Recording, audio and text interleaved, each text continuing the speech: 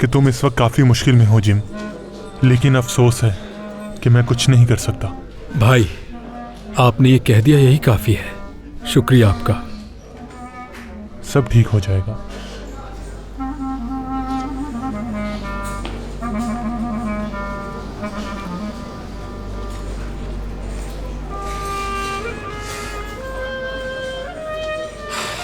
उम्मीद है अगर अल्लाह ने चाहा तो ये मसला कल जरूर हल हो जाएगा।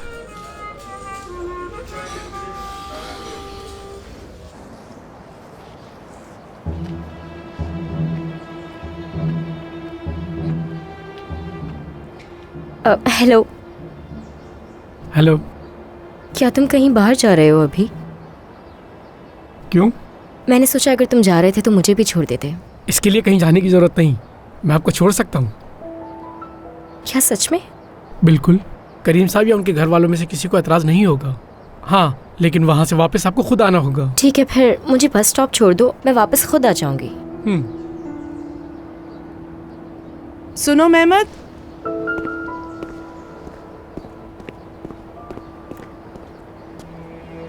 खुश आमदीद। अरे आप यहाँ? सबा से मिलने आई हूँ मैं।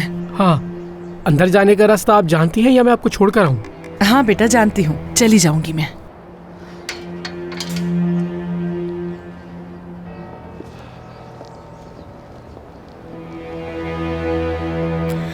बात सुने, आप सबा की अम्मी है ना? हाँ। ये तो बहुत अच्छा हुआ कि आपसे मुलाकात हो गई।